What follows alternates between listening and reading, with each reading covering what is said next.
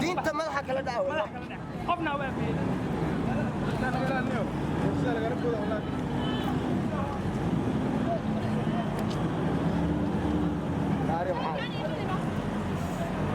يا روي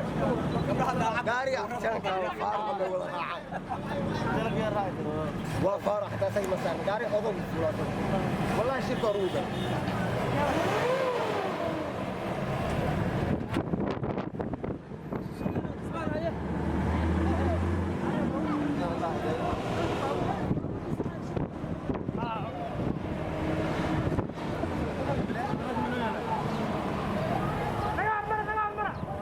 Oh my god, laakiin maxaa waay waa soo tukan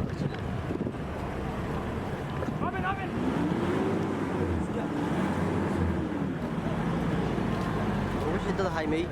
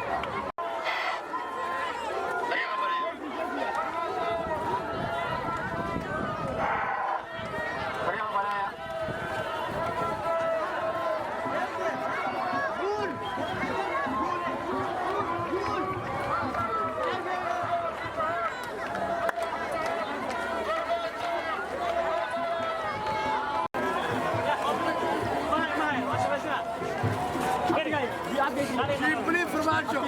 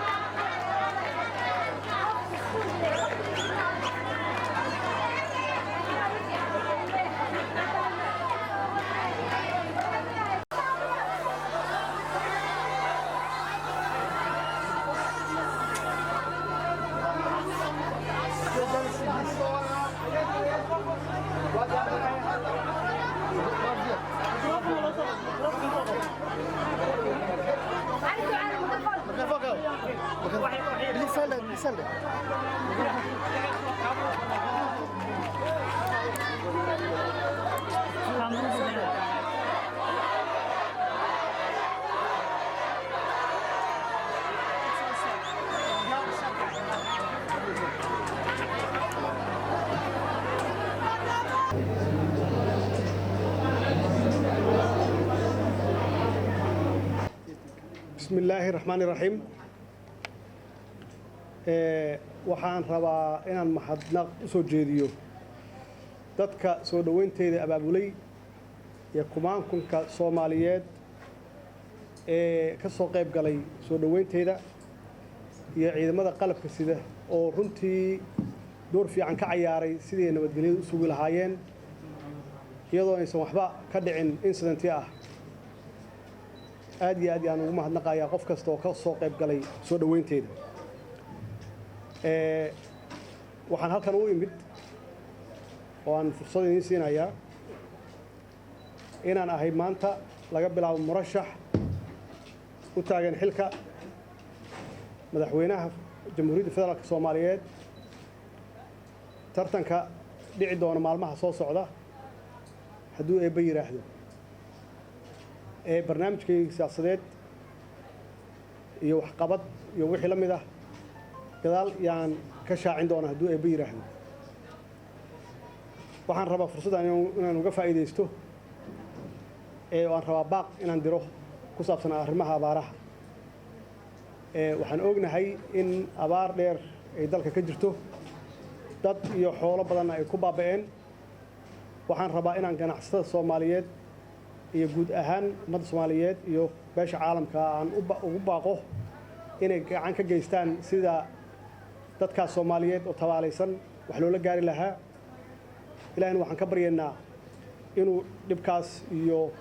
culayskaas ka dulqaado waxaan kaloo rabaa inaan fursaddan uga faa'iidaysto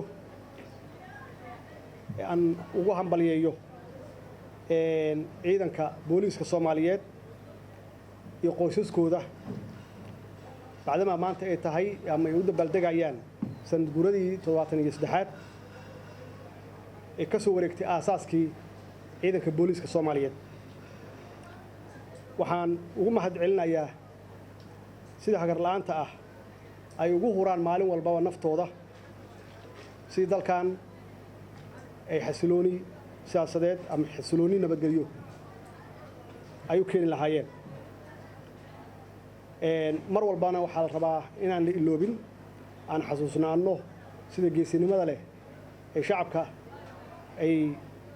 u difaacaan waxaan rabaa oo kale inaan halkan uga faa'iideysto inaan u hambalyeeyo xildhibaanada cusub oo la soo doortay waxaa baryahan soo ifbaxayay in musharaxiin ama murashaxiin qaarkood